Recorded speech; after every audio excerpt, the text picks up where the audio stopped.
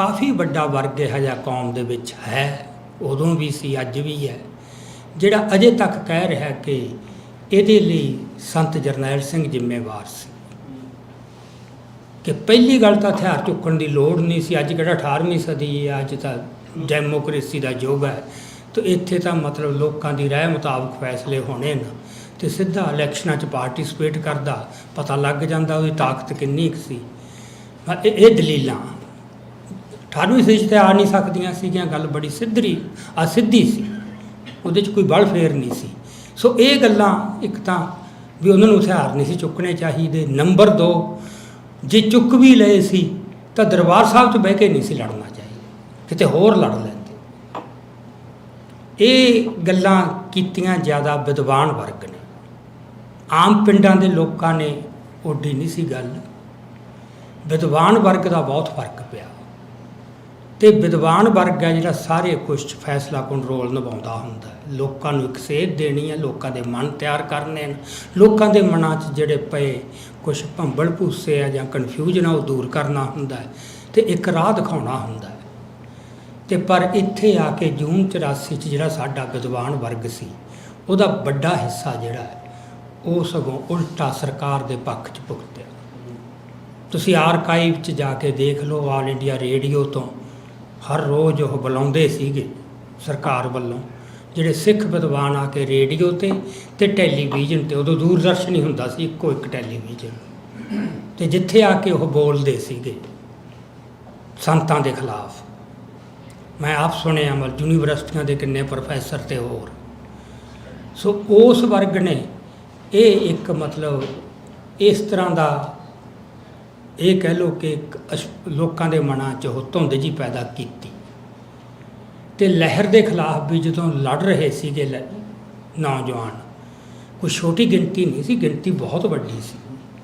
ਜਿਹੜੀ ਸਾਨੂੰ ਕਈ ਵਾਰ ਲੱਗਦਾ ਨਾ ਥੋੜ੍ਹੇ ਜਿਹੇ ਬੰਦੇ ਉੱਠ ਕੇ ਲੜੇ, ਥੋੜ੍ਹੇ ਜਿਹੇ ਬੰਦੇ ਨਹੀਂ ਸੀ ਲੜੇ। ਮੈਂ ਜਾ ਕੇ ਮੈਂ ਕਿਤਾਬ ਦੇ ਵਿੱਚ ਵੀ ਜ਼ਿਕਰ ਕੀਤਾ ਕਿ 1993 'ਚ ਜਾਂ ਸ਼ਾਇਦ 94 'ਚ ਜਿਹੜਾ ਅਜੀਤ ਅਖਬਾਰ ਨੇ ਇੱਕ ਟੀਮ ਭੇਜੀ ਸੀ ਕਿ ਜਿਹੜੇ ਖਾੜਕੂਆਂ ਦੇ ਪਰਿਵਾਰਾਂ 'ਤੇ ਜੋ ਜ਼ੁਲਮ ਹੋਇਆ ਉਹਨਾਂ ਦੀ ਅੱਜ ਦਸ਼ਾ ਕੀ ਹੈ।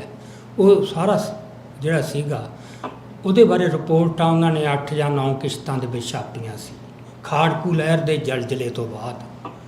ਅਤੇ ਮੈਂ ਉਸ ਟੀਮ ਦੇ ਨਾਲ ਵੈਸੇ ਹੀ ਮਦਦ ਕਰਨ ਵਾਸਤੇ, ਕਿਉਂਕਿ ਮੇਜਰ ਸਿੰਘ ਸਟਾਫ ਰਿਪੋਰਟਰ ਸੀ, ਮੇਰਾ ਉਹ ਦੋਸਤ ਸੀ, ਅਤੇ ਉਹ ਮੈਨੂੰ ਨਾਲ ਲੈ ਗਿਆ, ਕਿਉਂਕਿ ਮੈਨੂੰ ਪਰਿਵਾਰਾਂ ਦਾ ਵੀ ਪਤਾ ਸੀ, ਪਿੰਡਾਂ ਦਾ ਵੀ ਪਤਾ ਸੀ। ਅਤੇ ਅਸੀਂ ਗਏ ਸੁਰ ਸਿੰਘ ਪਿੰਡ 'ਚ। ਜਦੋਂ ਅਸੀਂ ਪਤਾ ਕੀਤਾ ਕਿ ਇੱਥੋਂ ਕਿੰਨੇ ਸਿੰਘ ਸ਼ਹੀਦ ਹੋਏ ਹੈ, ਹਰ ਇੱਕ ਦਾ ਇਹ ਸੀ ਜੀ ਗਿਣਤੀ ਕਰਨੀ ਔਖੀ ਹੈ, ਅਤੇ ਪਿੰਡ ਵੱਡਾ ਹੈ, ਆਪਦੀ ਪੱਤੀ ਦੇ ਤਾਂ ਗਿਣਾ ਦਿੰਦੇ ਸੀ ਵੀ ਸਾਡੀ ਪੱਤੀ 'ਚੋਂ ਇੰਨੇ ਹੋਏ, ਕੁੱਲ ਪਿੰਡ 'ਚੋਂ ਕਿੰਨੇ ਹੋ ਗਏ, ਇਹ ਕੋਈ ਗਿਣਤੀ ਨਹੀਂ। ਉਦੋਂ ਅਸੀਂ ਅੰਦਾਜ਼ਾ ਲਾਇਆ ਸੀ ਕਿ 80 ਦੇ ਲਗਭਗ, ਹੁਣ 80 ਨੌਜਵਾਨ ਇੱਕ ਪਿੰਡ 'ਚੋਂ ਸ਼ਹੀਦ ਹੋ ਜਾਣੇ, ਇਹ ਕੋਈ ਛੋਟੀ ਗੱਲ ਨਹੀਂ ਸੀ। ਸਾਰੀ ਨਕਸਲੀ ਲਹਿਰ 'ਚ ਸਾਰੇ ਪੰਜਾਬ 'ਚੋਂ 80 ਨਕਸਲੀ ਪੁਲਿਸ ਨੇ ਮਾਰੇ ਸੀ, 80 ਜਾਂ 85। ਸੋ ਜਿੰਨੇ ਸਾਰੀ ਲਹਿਰ 'ਚ ਸ਼ਹੀਦ ਹੋਏ ਉਹ ਇੱਥੇ ਇੱਕ ਪਿੰਡ 'ਚ ਹੋ ਗਏ ਸੀ। ਤੁਸੀਂ ਡਿਮੈਂਸ਼ਨ ਦੇਖੋ, ਜਿਹੜੀ ਕਈ ਵਾਰ ਲੱਗਦਾ ਕਿ ਏਡੀ ਗੱਲ ਨਹੀਂ ਸੀ। ਸੋ ਲੜੇ ਬਹੁਤ ਜ਼ਿਆਦਾ, ਜਿੰਨਾ ਚਿਰ ਲੜ ਸਕਦੇ ਸੀ ਪੂਰਾ ਲੜੇ। ਅਤੇ ਚਲੋ ਜਦੋਂ ਕੋਈ ਵਾਹ ਨਾ ਗਈ, ਅਖੀਰ ਨੂੰ ਤਾਕਤਾਂ ਦਾ ਤੋਲ ਇਸ ਤਰ੍ਹਾਂ ਦਾ ਬਣ ਗਿਆ, ਅਤੇ ਫਿਰ ਜਾ ਕੇ ਮਤਲਬ ਲਹਿਰ ਖਤਮ ਹੋ ਗਈ। ਹੁਣ ਜਦੋਂ ਲਹਿਰ ਖਤਮ ਹੋਈ, ਉਦੋਂ ਬਾਅਦ ਉਹਨਾਂ ਦਾ ਸਾਰਾ ਯਤਨ ਇਹ ਸੀ ਕਿ ਇਸ ਲਹਿਰ ਬਾਰੇ ਇਹੋ ਜਿਹੀਆਂ ਧਾਰਨਾਵਾਂ ਫੈਲਾਈਆਂ ਜਾਣ ਤਾਂ ਕਿ ਲੋਕ ਗਾਹਾਂ ਤੋਂ ਅੱਗੇ ਤੋਂ ਇਸ ਰਾਹ ਨਾ ਪੈ, ਵੀ ਪ੍ਰੇਰਨਾ ਦਾ ਸੋਮਾ ਨਾ ਬਣ ਸਕੇ। ਸਾਰੇ ਤੱਥ ਵਿਗਾੜ ਕੇ ਪੇਸ਼ ਕੀਤੇ ਗਏ। ਕੁਛ ਖਾਮੀਆਂ ਹਰ ਲਹਿਰ 'ਚ ਹੁੰਦੀਆਂ। ਜੇ ਮੈਂ ਤੁਹਾਨੂੰ ਨਕਸਲੀ ਲਹਿਰ ਦੀਆਂ ਗਿਣਾਉਣ ਲੱਗ ਜਾਂ, ਉਹਦੇ 'ਚ ਵੀ ਬਹੁਤ ਕੁਛ ਇਹੋ ਜਿਹਾ ਹੋਇਆ, ਨਜਾਇਜ਼ ਕਤਲ ਵੀ ਹੋਏ, ਹੋਰ ਵੀ ਗਲਤ ਗੱਲਾਂ ਹੋਈਆਂ। ਪਰ ਇਹ ਖਾੜਕੂ ਲਹਿਰ 'ਚ ਜਿਹੜੀਆਂ ਕੁਛ ਇਸ ਤਰ੍ਹਾਂ ਦੀਆਂ ਘਾਟਾਂ ਰਹੀਆਂ, ਕਮਜ਼ੋਰੀਆਂ, ਉਹਨਾਂ ਨੂੰ ਇੰਨਾ ਮੈਗਨੀਫਾਈ ਕਰਕੇ ਪੇਸ਼ ਕੀਤਾ ਗਿਆ ਵੀ ਇਹ ਤਾਂ ਜੀ ਸਾਰੀ ਲਹਿਰੀ ਲੁਟੇਰਿਆਂ ਦੀ ਸੀ ਜਾਂ ਕਾਤਲਾਂ ਦੀ ਸੀ, ਅਤੇ ਜਾਂ ਇਹ ਕਿ ਅੰਦਰੋਂ ਆਪਦੇ ਬੰਦਿਆਂ ਨੂੰ ਮਾਰੀ ਗਏ। ਹਾਲਾਂਕਿ ਉਂਗਲਾਂ 'ਤੇ ਗਿਣਨ ਜੋਗੇ ਕੇਸ ਨੇ ਜਿਹੜੇ ਬੰਦੇ ਮਾਰੇ, ਅਤੇ ਉਹਨਾਂ ਦੇ ਕੁਛ ਕਾਰਨ ਸੀਗੇ। ਹਰ ਲਹਿਰ 'ਚ ਹੀ ਮਰਦੇ ਨੇ, ਹਰ ਲਹਿਰ 'ਚ ਇਹ ਗੱਲ ਵਾਪਰਦੀ ਹੈ। ਅਤੇ ਖਾਸ ਕਰਕੇ ਉਸ ਮੌਕੇ ਸਾਡੇ 'ਚ ਤਾਂ ਮਤਲਬ ਬੰਦੇ ਇੰਨੇ ਉਹਨਾਂ ਨੇ ਵੀ ਵਾੜੇ ਅਤੇ ਖਰੀਦੇ ਵੀ ਬੰਦੇ, ਜਿੱਥੇ ਸਰਕਾਰ ਇਸ ਤਰ੍ਹਾਂ ਦੀ ਹੈ। ਮੈਂ ਜਿੱਥੇ 18ਵੀਂ ਸਦੀ ਨੂੰ ਫਰਕ ਦੱਸਦਾ ਵੀ 18ਵੀਂ ਸਦੀ 'ਚ ਨਾ ਉਹ ਵਾੜ ਸਕਦੇ ਸੀ, ਸਿੱਖ ਬਣਾ ਕੇ ਕਿਸੇ ਨੂੰ ਮੁਸਲਮਾਨ ਨੂੰ ਭੇਜ ਸਕਣ, ਇਹ ਤਾਂ ਉਦੋਂ ਪੋਸੀਬਲ ਨਹੀਂ ਸੀ, ਨਾ ਖਰੀਦ ਸਕਦੇ ਸੀ। ਉਹ ਕਿਰਦਾਰ ਬੜੇ ਬੁਲੰਦ ਸੀ। ਸੋ ਇੱਥੇ ਆ ਕੇ ਉਹਨਾਂ ਨੇ ਸਾਰਾ ਕੁਛ ਕੀਤਾ।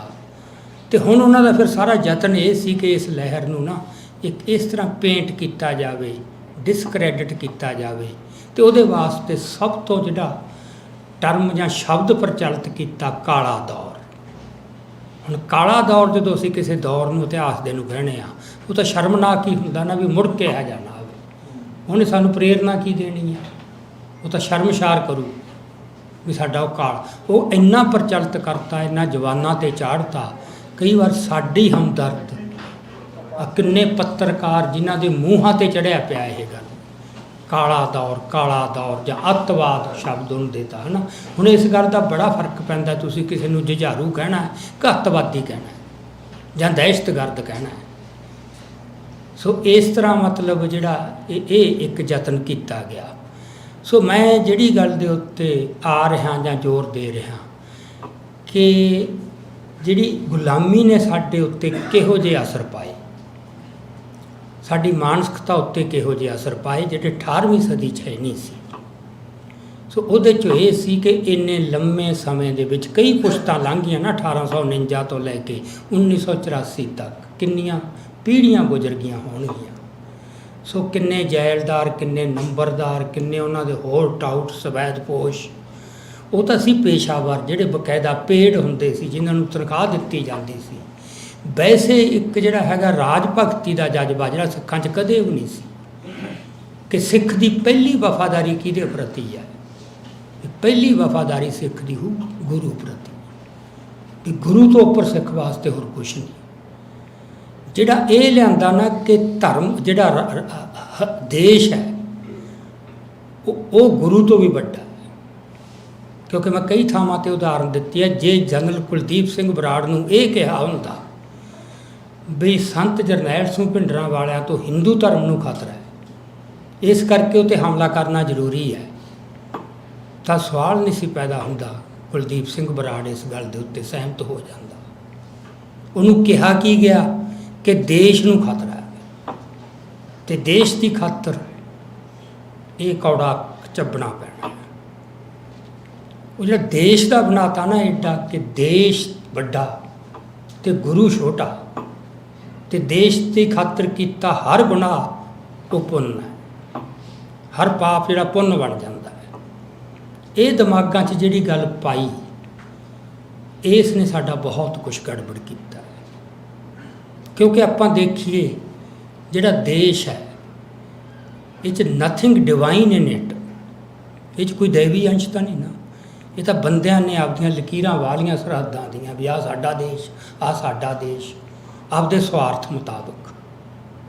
ਅਤੇ ਉਹਦੇ ਪਿੱਛੇ ਜੰਗਾਂ ਹੋਈ ਜਾਂਦੀਆਂ, ਖੂਨ ਡੁੱਲੀ ਜਾਂਦਾ, ਲੜੀ ਜਾਂਦੇ ਨੇ, ਅਤੇ ਆਮ ਜਨਤਾ ਗੁੰਮਰਾਹ ਹੋ ਜਾਂਦੀ ਹੈ। ਸੋ ਇਹ ਕੋਈ ਦੈਵੀ ਰਚਨਾ ਨਹੀਂ ਦੇਸ਼, ਇਹ ਬੰਦੇ ਦੀ ਬਣਾਈ ਹੋਈ ਚੀਜ਼ ਹੈ। ਬੰਦੇ ਦੀ ਬਣਾਈ ਅਤੇ ਰੱਬ ਦੀ ਬਣਾਈ, ਦੋਹਾਂ ਚੀਜ਼ਾਂ 'ਚੋਂ ਬਿਹਤਰ ਕਿਹੜੀ ਹੋ? ਜਾਂ ਅਸੀਂ ਉੱਪਰ ਕਿਹਨੂੰ ਰੱਖਾਂਗੇ, ਰੱਬ ਦੀ ਰਚਨਾ ਨੂੰ ਜਾਂ ਬੰਦੇ ਦੀ ਰਚਨਾ ਨੂੰ? ਇਹ ਜਿਹੜਾ ਇੱਕ ਟੇਢ ਪਾਤੀ ਸਾਡੀ ਸਾਰੀ ਸੋਚ ਦੇ ਵਿੱਚ, ਕਿ ਦੇਸ਼ ਭਗਤੀ ਸਭ ਤੋਂ ਵੱਡੀ ਪਵਿੱਤਰ ਜਜ਼ਬਾ ਹੈ। ਹਾਲਾਂਕਿ ਕੁਛ ਵੀ ਨਹੀਂ, ਦੇਸ਼ ਭਗਤੀ ਦਾ ਜਜ਼ਬਾ ਇੱਕ ਸਵਾਰਥ 'ਚੋਂ ਨਿਕਲਿਆ ਜਜ਼ਬਾ ਹੈ, ਜਿਹਦੇ ਅਰਥ ਬਦਲਦੇ ਰਹਿੰਦੇ ਨੇ। ਅੱਜ ਦੇਸ਼ ਭਗਤੀ ਕੁਛ ਹੋਰ ਹੈ, ਕੱਲ੍ਹ ਨੂੰ ਕੁਛ ਹੋਰ ਬਣ ਸਕਦੀ ਹੈ। ਸੋ ਜਿਹੜੀ ਆਪਣਾ ਹੈਗਾ, ਅਸੀਂ ਉਹਦੇ 'ਚੋਂ ਫਿਰ ਕੀ ਕੀਤਾ ਕਿ ਗੁਰੂ ਨੂੰ ਡਿਫਾਈਨ ਉਸ ਤਰ੍ਹਾਂ ਕਰਨ ਲੱਗ ਗਏ।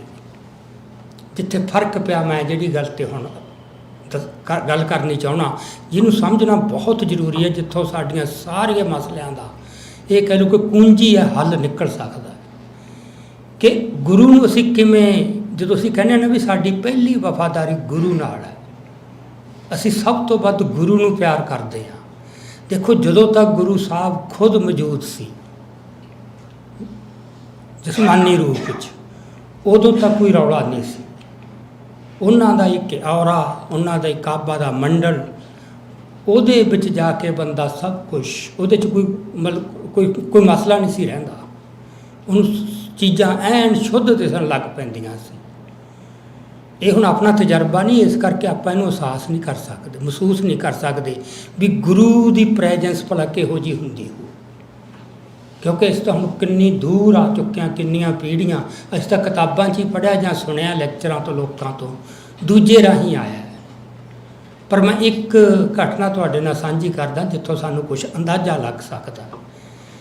ਉਹ ਮੈਨੂੰ ਕੁਝ ਬੰਦੇ ਨੇ ਦੱਸੀ ਕਿ ਜਦੋਂ 6ਵੇਂ ਪਾਤਸ਼ਾਹ ਉੱਧਰ ਬਠਿੰਡੇ 'ਚ ਮਹਾਰਾਜ ਦੇ ਇਲਾਕੇ 'ਚ ਗਏ ਹੋਏ ਸੀ, ਅਤੇ ਉੱਥੇ ਉਹਨਾਂ ਨੇ ਕੁਛ ਦਿਨ ਪੜਾਅ ਕੀਤਾ, ਅਤੇ ਉਹ ਆਪਣਾ ਪ੍ਰਵਚਨ ਕਰਦੇ ਹੁੰਦੇ ਸੀ ਕਿ ਸੰਗਤ ਨੂੰ ਮਿਲਦੇ ਹੁੰਦੇ ਸੀ। ਉਦੋਂ ਮੁਗਲਾਂ ਦਾ ਰਾਜ ਸੀ, ਅਤੇ ਮੁਗਲਾਂ ਦੀ ਜਿਹੜੇ ਥੱਲੇ ਅਹਿਲਕਾਰ ਹੁੰਦੇ ਸੀ, ਅਧਿਕਾਰੀ ਹੁੰਦੇ ਸੀ, ਉਸ ਇਲਾਕੇ ਦੇ ਇੱਕ ਅਧਿਕਾਰੀ ਨੇ ਇੱਕ ਸਿੱਖ ਬੀਬੀ ਨੂੰ ਜਬਰੀ ਚੁੱਕ ਕੇ ਉਹਦੇ ਨਾਲ ਨਿਕਾਹ ਕਰ ਲਿਆ, ਉਹਨੂੰ ਆਪਦੀ ਬੇਗਮ ਬਣਾ ਲਿਆ। ਅਤੇ ਉਹ ਇਲਾਕੇ ਦਾ ਉਹ ਸੀਗਾ ਕਾਰ ਮੁਖਤਿਆਰ ਅਫਸਰ ਸੀ ਸਮਝ ਲਓ। ਅਤੇ ਉਹ ਇੱਕ ਦਿਨ ਘੋੜੇ 'ਤੇ ਆਪਦੇ ਬੰਦਿਆਂ ਨੂੰ ਨਾਲ ਲੈ ਕੇ ਆਪਦੇ ਕੰਮਕਾਰ 'ਚ ਨਿਕਲ ਗਿਆ। ਅਤੇ ਜਦੋਂ ਬੀਬੀ ਦੇ ਉਹ ਕੰਨਾਂ 'ਚ ਗੱਲ ਪਈ ਕਿ ਅੱਜ 6ਵੇਂ ਪਾਤਸ਼ਾਹ ਮਹਾਰਾਜ ਉਹਨਾਂ ਨੇ ਦਰਸ਼ਨ ਦੇਣੇ ਆ ਸੰਗਤਾਂ ਨੂੰ, ਉਹ ਤੋਂ ਕੰਟਰੋਲ ਨਾ ਹੋਇਆ। ਭਾਵੇਂ ਕਿ ਉਹ ਮਜਬੂਰੀ ਬਸ ਬੇਗਮ ਬਣ ਚੁੱਕੀ ਸੀਗੀ ਉਸ ਦੀ। ਅਤੇ ਉਹਨੇ ਮਤਲਬ ਆਪਦੇ ਨੌਕਰਾਂ ਨੂੰ ਕਿਹਾ, ਨੌਕਰੀ ਉਦੋਂ ਪਾਲਕੀ 'ਚ ਲਿਜਾਂਦੇ ਹੁੰਦੇ ਸੀ ਵੱਡੇ ਘਰਾਂ ਦੀਆਂ ਜਿਹੜੀਆਂ ਔਰਤਾਂ ਨੂੰ, ਉਹ ਪਾਲਕੀ ਤਿਆਰ ਕੀਤੀ ਅਤੇ ਪਾਲਕੀ 'ਚ ਉਹ ਨਾਲ ਚਲੀ ਗਈ। ਉੱਥੇ ਜਾ ਕੇ ਉਹਨੇ ਉਹਨੇ ਜਾ ਕੇ ਦਰਬਾਰ 'ਚ ਬਹਿ ਗਈ। 6ਵੇਂ ਪਾਤਸ਼ਾਹ ਪ੍ਰਵਚਨ ਕਰ ਰਹੇ ਸੀ। ਇੰਨੇ ਨੂੰ ਉਹ ਬੰਦਾ ਮੁੜ ਕੇ ਆਇਆ, ਮੁੜਦਾ ਹੋਇਆ। ਉਹਨੇ ਜਦੋਂ ਲੰਘਣ ਲੱਗਿਆ ਉਂਝ ਹੀ ਉਹਦੀ ਨਿਗਾਹ ਪੈ ਗਈ ਪਾਲਕੀ 'ਤੇ, ਬਾਹਰ ਰੱਖੀ ਸੀ ਪਾਲਕੀ, ਅਤੇ ਉਹਨੇ ਪਛਾਣ ਲਈ ਵੀ ਪਾਲਕੀ। ਇਹ ਉਹਨੂੰ ਪਤਾ ਸੀ ਕਿ ਇਹ ਸਿੱਖਾਂ ਦੇ ਘਰ ਦੀ ਕੁੜੀ ਹੈ। ਅਤੇ ਉਹਨੂੰ ਇੱਕਦਮ ਜਿਵੇਂ ਨਾ ਕ੍ਰੋਧ ਚੜ੍ਹਿਆ, ਅਤੇ ਤਲਵਾਰ ਉਹਨੇ ਖਿੱਚ ਲਈ ਮਿਆਨ 'ਚੋਂ, ਅਤੇ ਅੰਦਰ ਵੜਿਆ ਤੰਬੂ ਦੇ, ਚਾਦਰ ਹਟਾ ਕੇ, ਵੀ ਉਹਨੂੰ ਦੇਖ ਰਿਹਾ ਹੈ ਵੀ ਕਿੱਥੇ ਜੇ ਬੈਠੀ ਆ, ਵੀ ਮੈਂ ਸਿਰ ਲਾ ਹੀ ਦੇਣਾ ਉਹਦਾ। ਐਂ ਕਹਿੰਦੇ ਜਦੋਂ ਉਹ ਲੱਭ ਰਿਹਾ ਉਹਨੂੰ, ਅਤੇ ਉਹਦੀ ਕਿਤੇ ਨਜ਼ਰ 6ਵੇਂ ਪਾਤਸ਼ਾਹ ਨਾਲ ਜਾ ਮਿਲੀ ਬੈਠਿਆਂ ਨਾਲ। ਬਸ ਜਦੋਂ ਉਹਨਾਂ ਨਾਲ ਨਜ਼ਰ ਜਾ ਮਿਲੀ, ਬਸ ਤਲਵਾਰ ਉੱਥੋਂ ਡਿੱਗ ਪਈ। ਮਤਲਬ ਗੁਰੂ ਦਾ ਹੀ ਜਿਹੜਾ ਇੱਕ ਹੈਗਾ ਨਾ, ਉਹਦੇ 'ਚ ਕੀ ਸੀ। ਹੁਣ ਅਸੀਂ ਪੜ੍ਹਿਆ ਕਿਤਾਬਾਂ 'ਚ ਗੁਰੂ, ਜਾਂ ਸੁਣਿਆ ਵਿਦਵਾਨਾਂ ਤੋਂ, ਜਾਂ ਢਾਡੀਆਂ ਤੋਂ, ਜਾਂ ਕਥਾਕਾਰਾਂ ਤੋਂ, ਉਸ ਗੱਲ 'ਚ ਬੜਾ ਫਰਕ ਪੈਂਦਾ ਹੈ। ਉਹ ਫਰਕ ਕੀ ਪੈ ਗਿਆ ਕਿ ਅਸੀਂ ਗੁਰੂ ਨੂੰ ਹੋਰ ਤਰ੍ਹਾਂ ਡਿਸਕ੍ਰਾਈਬ ਕਰਨਾ ਸ਼ੁਰੂ ਕਰਤਾ। ਤੁਸੀਂ ਅਕਸਰ ਸੁਣਦੇ ਹੋਵੋਗੇ, ਪੜ੍ਹਦੇ ਹੋਵੋਗੇ, ਜਿਹੜਾ ਅੱਜ ਕੱਲ੍ਹ ਦੇ ਵਿਦਵਾਨ ਨਾ, ਆਧੁਨਿਕ ਵਿਦਵਾਨ, ਉਹਨਾਂ ਦੇ ਮੈਂ ਕਿਤਾਬ 'ਚ ਜ਼ਿਕਰ ਵੀ ਬਹੁਤ ਕੀਤਾ ਕਿਸ ਵਿਦਰੋਲੀ ਪਾਤਸ਼ਾਹੀ 'ਚ, ਕਿ ਉਹ ਕਿਹੜੇ ਲਕਬ, ਕਿਹੜੇ ਵਿਸ਼ੇਸ਼ਣ ਵਰਤਦੇ ਨੇ ਗੁਰੂ ਬਾਰੇ, ਕਿ ਗੁਰੂ ਸਾਹਿਬ ਬਹੁਤ ਵੱਡੇ ਦੇਸ਼ ਭਗਤ ਸੀ। ਮਤਲਬ ਇੱਕ ਪ੍ਰੋਫੈਸਰ ਨੇ ਪੰਜਾਬੀ ਯੂਨੀਵਰਸਿਟੀ ਦੇ ਹੈੱਡ ਆਫ ਦ ਡਿਪਾਰਟਮੈਂਟ ਨੇ ਇਹ ਲਿਖਿਆ ਕਿ ਪੋਰਸ ਤੋਂ ਬਾਅਦ ਗੁਰੂ ਨਾਨਕ ਪਹਿਲੇ ਪੁਰਸ਼ ਹੋਏ ਜਿਨ੍ਹਾਂ ਨੇ ਪੰਜਾਬ ਦੀ ਖਾਤਰ ਆਹ ਕੀਤਾ। ਕਿੱਥੇ ਪੋਰਸ ਅਤੇ ਕਿੱਥੇ ਗੁਰੂ ਸਾਹਿਬ। ਤੁਲਨਾ ਤੂੰ ਕਿਸ ਲੈਵਲ 'ਤੇ ਲਿਆ ਕੇ ਸੁੱਟਦੇ ਨੇ। ਬਸ ਦੇਸ਼ ਭਗਤ ਕਹਿਣਾ। ਦੂਜਾ ਕਹਿੰਦੇ ਨੇ ਵੀ ਉਹ ਬਹੁਤ ਵੱਡੇ ਸਮਾਜ ਸੁਧਾਰਕ ਸੀ। ਤੀਜੇ ਉਹ ਕਹਿੰਦੇ ਨੇ ਬਹੁਤ ਵੱਡੇ ਜਰਨੈਲ ਸੀ। ਚੌਥਾ ਉਹ ਕਹਿੰਦੇ ਨੇ ਕਿ ਬਹੁਤ ਵੱਡੇ ਕਵੀ ਸੀ। ਹੁਣ ਆਪਾਂ ਨੂੰ ਅਪੇਰੈਂਟਲੀ ਦੇਖਣ ਨੂੰ ਇਹ ਲੱਗਦਾ ਕਿ ਗੁਰੂ ਦੀ ਬੜੀ ਉਪਮਾ ਮਹਿਮਾ ਹੋ ਰਹੀ ਹੈ, ਪਰ ਦੇਸ਼ ਭਗਤ ਹੋਣਾ, ਸਮਾਜ ਸੁਧਾਰਕ ਹੋਣਾ, ਕਵੀ ਹੋਣਾ, ਜਰਨੈਲ ਹੋਣਾ, ਇਹਨਾਂ 'ਚੋਂ ਕੋਈ ਵੀ ਜਿਹੜੀ ਸਿਫਤ ਹੈ ਜਾਂ ਗੁਣ ਹੈ, ਇਹ ਦੈਵੀ ਨਹੀਂ, ਇਹ ਦੁਨਿਆਵੀ ਹੈ। ਇਸ ਕਰਕੇ ਤੁਹਾਨੂੰ ਦੇਸ਼ ਭਗਤ ਇੱਕ ਨਹੀਂ ਹਜ਼ਾਰਾਂ ਲੱਖਾਂ ਮਿਲ ਜਾਣਗੇ, ਕਵੀ ਹਜ਼ਾਰਾਂ ਲੱਖਾਂ ਮਿਲ ਜਾਣਗੇ, ਸਮਾਜ ਸੁਧਾਰਕ ਪੈਰ ਪੈਰ 'ਤੇ ਮਿਲ ਜਾਣਗੇ। ਸੋ ਗੁਰੂ ਨੂੰ ਜਦੋਂ ਤੁਸੀਂ ਇਸ ਤਰ੍ਹਾਂ ਗੁਰੂ ਦੀ ਉਪਮਾ ਕਰਨ ਲੱਗ ਗਏ ਇਹ ਜਿਹੀਆਂ ਟਰਮਸ ਦੇ ਵਿੱਚ, ਫਿਰ ਗੁਰੂ ਦੀ ਜਿਹੜਾ ਹੈਗਾ ਨਾ ਇੱਕ ਸੋਹਜ, ਉਹਦੀ ਗ੍ਰੇਸ, ਉਹ ਨਹੀਂ ਰਹਿੰਦੀ। ਗੁਰੂ ਦੀ ਜਦੋਂ ਸਿਫਤ ਕਰਨੀ ਹੈ ਉਹ ਸਿਰਫ ਦੈਵੀ ਰੂਪ ਦੇ ਵਿੱਚ, ਜਾਂ ਜਿਵੇਂ ਹਰਿੰਦਰ ਸਿੰਘ ਮਹਿਬੂਬ ਨੇ ਕਿਹਾ, ਗੁਰੂ ਦੀ ਸਿਫਤ ਸਿਰਫ ਗੁਰੂ ਦੀ ਸਿਫਤ ਹੈ, ਹੋਰ ਕਿਸੇ ਦੀ ਹੋ ਨਹੀਂ ਸਕਦੀ। ਕਵੀ ਤਾਂ ਨੇਕਾਂ ਨਾ। ਸੋ ਦੈਵੀ ਜਿਹੜਾ ਹੈਗਾ ਪੱਖ, ਉਹ ਜਦੋਂ ਮਾਈਨਸ ਹੋ ਜਾਂਦਾ ਹੈ ਤੇ ਤੁਸੀਂ ਦੁਨਿਆਵੀ ਗੱਲਾਂ ਨਾਲ ਗੁਰੂ ਦੀ ਉਪਮਾ ਕਰਨ ਲੱਗ ਜਾਂਦੇ ਹੋ, ਫਿਰ ਤੁਹਾਨੂੰ ਗੁਰੂ ਉਸ ਰੂਪ 'ਚ ਪ੍ਰਭਾਵਿਤ ਨਹੀਂ